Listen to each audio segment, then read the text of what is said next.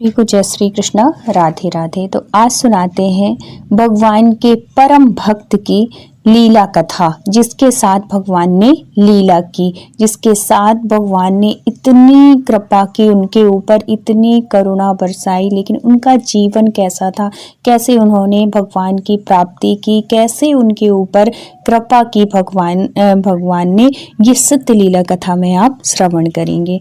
ये कथा है भक्त हरिदास जी की। तो बहुत पुरानी बात है। श्री वृंदावन में यमुना तट पर मनोरम स्थली में रामानंदी वैष्णव महात्मा श्री हरिदास जी महाराज अपने शिष्यों के साथ निवास करते थे।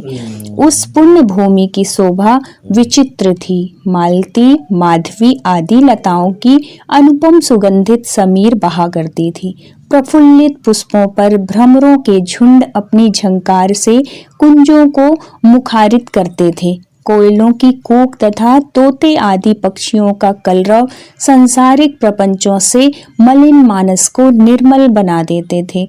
मयूरों का नृत्य भक्तों को घनश्याम के प्रेम में नृत्य करने के लिए उत्साहित करता था। महात्मा हरिदास जी महाराज तेजस्वी तपस्वी थे। उनके हृदय में भगवत प्रेम की सरिता बहा करती थी। यदि किसी महान तपस्वी को हृदय में प्रेमामृत प्रवाहित होता है तो स्वर्ण में सुगंध के सुशोभित होता है। मतलब उसी के जैसे कि स्वर्ण में सुगंध हो, उस तरीके से महात्मा जी को अलौकिक प्रेम प्राप्त था। हृदय में केवल प्राणाधार के दर्शनों की प्रबल वासना थी। उठते बैठते सोते जागते भगवान के विरह में प्रेमाश्रु बहाया करते हैं। और ये बात बिल्कुल हकीकत सत्य है कि जब आप भगवान से भगवान से मिलने की जब तड़फ होती है ना, जब आपकी आँखों से भगवान से मिलने के लिए अश्रु बहने लगे, भगवान को देखने के लिए अश्रु बहने लगे, मन बिल्कुल विचलित हो जाए उनके लिए कि बस मुझे देखना है, बस मुझे देखना है, निरंतर आंसू प्रवाह जब होता है, तभी समझिए कि भगवान की कृपा। और ये आंसू और ये जो चाह होती है ना भगवान से मिलने की, वो वाला दर्द नहीं होता, ये प्रेम होता है भगवान से मिलने का, ये विरह होता है। और इसी प्रेम से भगवान प्रसन्न होते हैं। भगवान की याद में जब दुनिया को आंसू बहाने की जरूरत नहीं है, दुनिया की याद में, दुनिया के प्रेम में आप अगर भगवान के लिए एक आंसू भी बहाते हैं ना, तो वो भी उनके लिए अनमोल है। अब वो बड़े वैसे कंठ से बहुत दुखित उसमें बहुत भगवान को याद करते थे और उनको पुकारा करते थे। ये जो प्रीति थी उनकी दिन रात दिन प्रतिदिन बढ़ने लगी थी। अब भगवान क्या होता है कि रात्रि में जागरण करके भगवत दर्शनों की प्रतीक्षा करते हुए वो भगवान से प्रार्थना किया करते थे। एक दिन महात्मा जी विरहातुर बैठे हुए थे, भगवान की याद में खोए हुए थे। चांदनी रात थी, सामने कालिंदी की तरंग, जो यमुना जी है, यमुना जी को कालिंदी भी बोला जाता है ना, तो यमुना जी की तरंगे चंद्र किरणों से खेल रही थी। बालू का चमचम, जो बालू थी, रेत थी जो वहाँ की, वो चमचमा रही थी। चारों ओर प्रशांत वायुमंडल था। महात्मा जी के हृदय में सहसा दैन्य भाव का स्फुरण हुआ। वे सोचने लगे कि अनंत कोटि ब्रह्मांडों के स्वामी, ब्रह्मादि देव शिरोमणियों को नचाने वाले, माया के स्वामी, परिपूर्ण ब्रह्मा जगदीश्वर का दर्शन मुझ महापतित क्षुद्र प्राणी को किस प्रकार हो सकेगा? वो तो इतने महान हैं। हे दया में मैं आपके योग्य नहीं हूँ। उनके हृदय में दीनता का मानो सागर ही उमड़ पड़ा। वो सोचने लगे कि वो तो इतने बड़े हैं, इतने महान हैं, मुझे तुच्छ प्राणी से मिलने क्यों आएंगे, वो मुझे दर्शन क्यों देंगे? उस महासमुद्र में महात्मा जी यही सोचते सोचते बढ़ते जा रहे थे आगे। और वो जो भाव था, भाव का जो वो समुद्र था, उसमें वो डूबने लगे, खो गए उसमें। विरह में विहाल होकर उन्होंने अपना सर्वस्व प्यारे को समर्पण कर दिया। दीन वत्सल, प्रेम सिंधु, करुणा निधान भगवान भी भक्त का विरह नहीं सह सके और तत्क्षण प्रकट हो गए। महात्मा जी क्या हो गया कि महात्मा जी के नेत्रों से उनका दर्शन करने लगे। मनोहर मुस्कान युक्त मुखार बिंद पर घुंघराले केस छिटक रहे थे।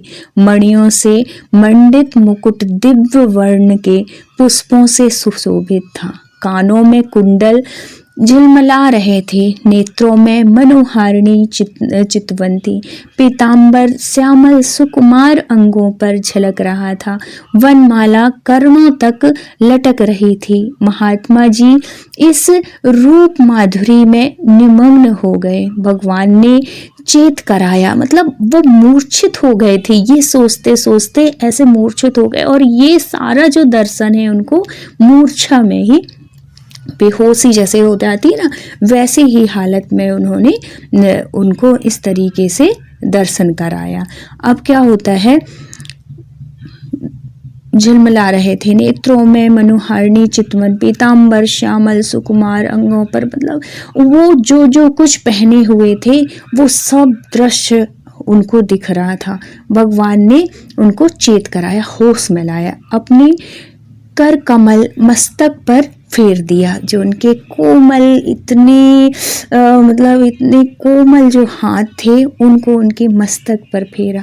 महात्मा जी ने चरणों पर मस्तक रख दिया। भगवान अमृतमयी वाणी से बोले, तुम जगन्नाथपुरी जाओ। इस वर्ष आषाढ़ में विग्रह परिवर्तन होगा। जगन्नाथपुरी में विग्रह वो होता है ना, बदलता है। पहला विग्रह तुम ले आओ और इसी स्थल पर वृंदावन में स्थापित करो। मैं सब प्रकार से तुम्हारी रक्षा करूंगा, तुम जाओ। आज्ञा लेकर भगवान अंतर्ध्यान, मतलब आज्ञा देकर भगवान अंतर्ध्यान हो गए। अब महात्मा जी वियोग से व्याकुल होकर छटपटाने लगे। जो इतनी, मतलब जो भगवान के एक बार दर्शन कर ले और फिर वो नजरों से अगर वो हट जाए तो फिर वही व्याकुलता, फिर वही बेचैनी, ऐसी तड़फन होने लगती है। तो वो व्याकुल होकर छटपटाने लगे। भगवान की आज्ञा का स्मरण करके महात्मा जी ने धैर्य धारण किया, अपने आप को समझाया और अपने सुयोग्य शिष्यों को जो चलने लायक थे उनके साथ, उनको लेकर कीर्तन करते हुए जगन्नाथपुरी की ओर चल दिए। बीहड़ वन, सरसरिताएं, पर्वत तथा कंड का की, मतलब जो पत्थर, नुकीले पत्थर जैसे होते हैं, वैसा मार्ग को तय करते हुए 4 महीने में महात्मा जी जगन्नाथपुरी पहुंचे। हरिदास जी अब मार्ग का घोर परिश्रम पुरी में पदार्पण करते ही दूर हो गया। जैसे ही वो पुरी पहुंचे वैसे ही जो इतने दिनों से, इतने महीनों से वो पदयात्रा कर रहे थे, वो थकावट दूर हो गई। क्योंकि अब उनको लगा कि मंजिल, कहते हैं ना कि जब किसी चीज को अगर पाना हो और वो मंजिल मिल जाए तो हमें कितना सुकून मिलता है, उसके पीछे का संघर्ष हम भूल जाते हैं। वैसे ही अब क्या होता है कि हृदय में जो इनका हृदय था वो दिव्य आनंद से भर गया। अब श्री जगन्नाथ धाम जिसने नहीं देखा उसने क्या देखा, ये उनके मन में आया कि कितना अद्भुत है। और ये बात सही है, एक बार अपने जीवन में जगन्नाथपुरी के दर्शन जरूर करना चाहिए, जगन्नाथ जी के दर्शन जरूर करना चाहिए, इस धाम में जरूर जाना चाहिए। भगवान ने अपना अचिंत ऐश्वर्य सागर वहाँ प्रवाहित किया है। अब भी आषाढ़ में जिस समय वहाँ रथ यात्रा होती है, महाविशाल 3 रथ चलते चलते जब ठहर जाते हैं तो सहस्त्रों मनुष्यों का परिश्रम व्यर्थ हो जाता है, सभी प्रयत्न निष्फल हो जाते हैं। तदंतर भक्तों की प्रार्थना से जब वे स्वतः ही वेग के साथ चलते हैं, उस समय महान आश्चर्य होता है। रथ यात्रा के समय लाखों नर नारी एकत्रित होते हैं।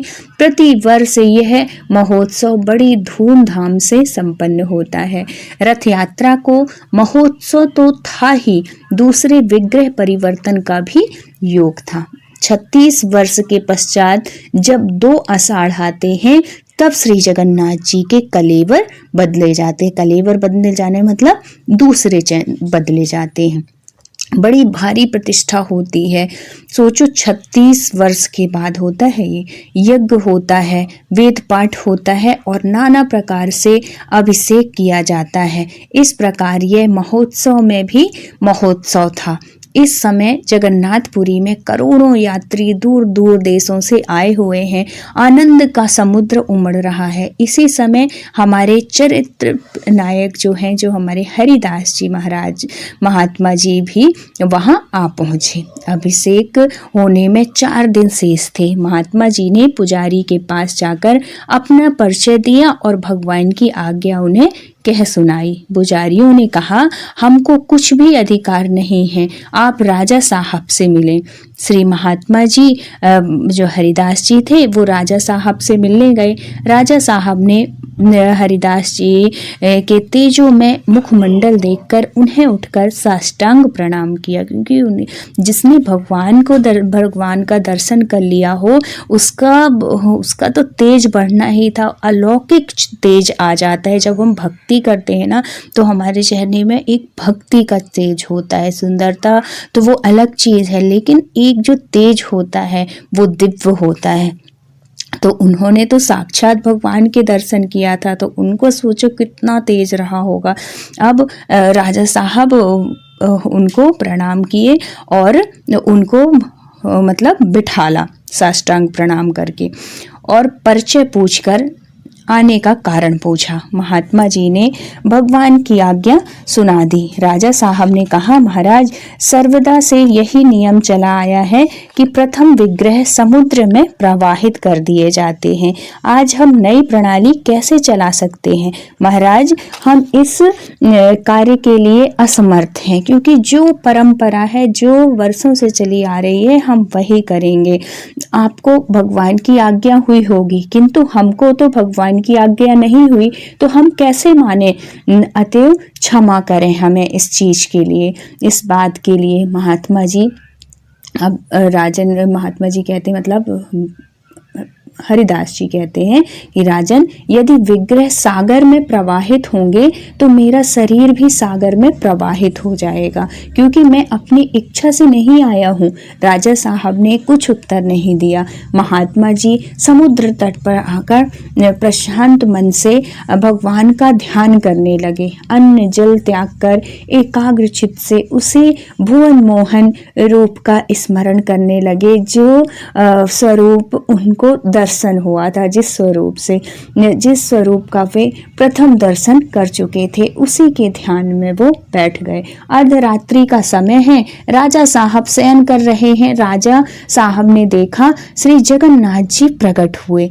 उनके मुखारविंद पर कुछ क्रोध झलक रहा है। मेघ के समान गंभीर वाणी से बोले, वे महात्मा जी मेरी आज्ञा से ही आए हैं, तुम भक्तों का तिरस्कार करते हो। जाओ, उनसे क्षमा मांगो और उनकी आज्ञा का पालन करो। मेरा एक विग्रह अब वृंदावन में भी रहेगा। राजा साहब अत्यंत भयभीत हो गए और जाग पड़े। थर थर कांपते हुए शैया से उठकर कर्मचारियों को उन महात्मा जी का पता लगाने के लिए रात्रि में ही आज्ञा दी। बहुत ढूंढ खोज करने के बाद पता लग गया। राजा साहब समुद्र तट पर उसी समय जाकर रात में ही महात्मा जी के चरणों में गिर पड़े और बारंबार क्षमा याचना करने लगे। प्रातःकाल धूमधाम से राजा साहब ने महात्मा जी का पूजन किया। जगन्नाथपुरी में यह समाचार बिजली की भांति चारों ओर फैल गया। महात्मा जी के दर्शनार्थ दौड़कर लोग आने लगे। उस समय महोत्सव में एक अपूर्ण जो उल्लास होता है, आनंद होता है, वो छा गया। अभिषेक के अंतर राजा साहब ने एक विशाल रथ में श्री जगन्नाथ जी, श्री वल्लभ दाऊ जी और श्री सुभद्रा जी को विराजमान कराया। धन धान तथा सेना के साथ महात्मा जी को विदा किया वृंदावन के लिए। रथ के सहित धूमधाम से कीर्तन करते हुए महात्मा जी ने अपने शिष्यों के सहित कई महीनों में वृंदावन आ पहुंचे। जिस स्थान पर स्वयं भजन करते थे उसी सुरम्य स्थान पर एक सुंदर मंदिर बनवाकर महात्मा जी ने विग्रह स्थापित किए।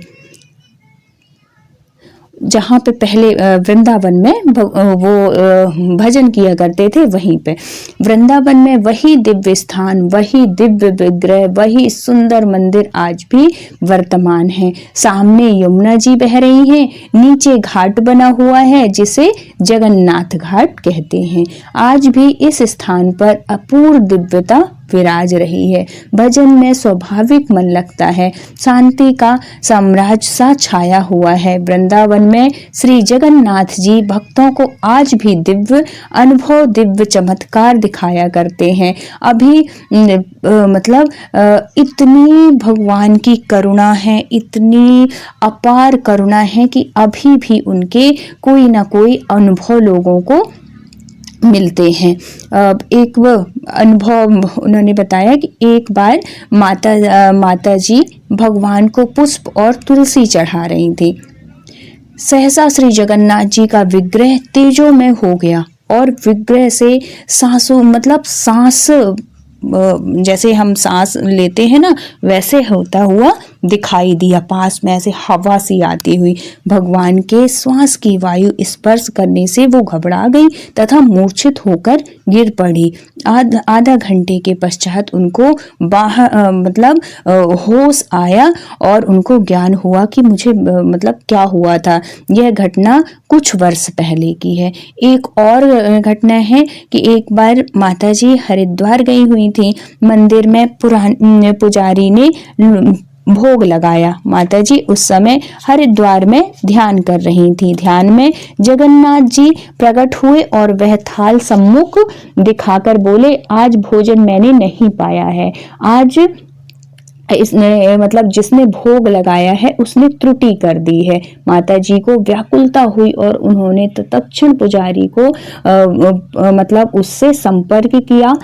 उस दिन जो जो पदार्थ भोग में लगाए गए थे वो लिखे और त्रुटि भी लिख भेजी। उस मतलब आदेश जो हुआ, उन्होंने जो पता लगाया, उस सब बातें सत्य पाकर सभी को महान आश्चर्य हुआ। उस दिनों सेवा में अत्यंत सावधानी रखी जाने लगी। यह घटना कुछ वर्ष पहले की है। मतलब ऐसे वो चमत्कार, बहुत ऐसे चमत्कार करते हैं। एक बार मंदिर में भंडारा हो रहा था, एक बड़े पात्र में यमुना जी से जल आया और उसी पात्र में दाल चढ़ा दी गई। अच्छी प्रकार जब दाल बन गई तो पात्र सहसा उलट पड़ा और उसमें से एक जीवित मछली निकली। वह छोटी सी मछली जलती हुई दाल में कैसे जीवित रही और इतनी बड़ी मतलब इतनी सारी दाल बन गई।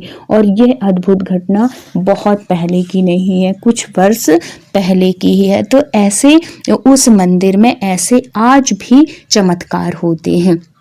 और जो वहाँ के अब जो पुजारी हैं, अब जो सेवक हैं, तो वो आज भी अनुभव करते हैं। तो भगवान भक्ति से इतनी जल्दी प्रसन्न होते हैं, इतनी कृपा करते हैं, इतने करुणामय हैं हमारे प्रभु कि अगर हम उनके लिए सच्चे मन से दो आंसू भी बहा दें ना, तो वो उसी में बिल्कुल वो हो जाते हैं। हमारे हर मनोकामना, हर इच्छा बिना कहे वो पूरी करते हैं। तो इतने करुणामयी है। तो अगर भगवान के भक्तों की सत्य घटना अच्छी लगी हो तो प्लीज़ चैनल को लाइक करिएगा। वीडियो अच्छा लगा हो तो चैनल में अगर न्यू है तो ज़रूर सब्सक्राइब कर लीजिएगा, औरों तक भी शेयर करिएगा। तो बोलिए भक्त वत्सल भगवान की जय।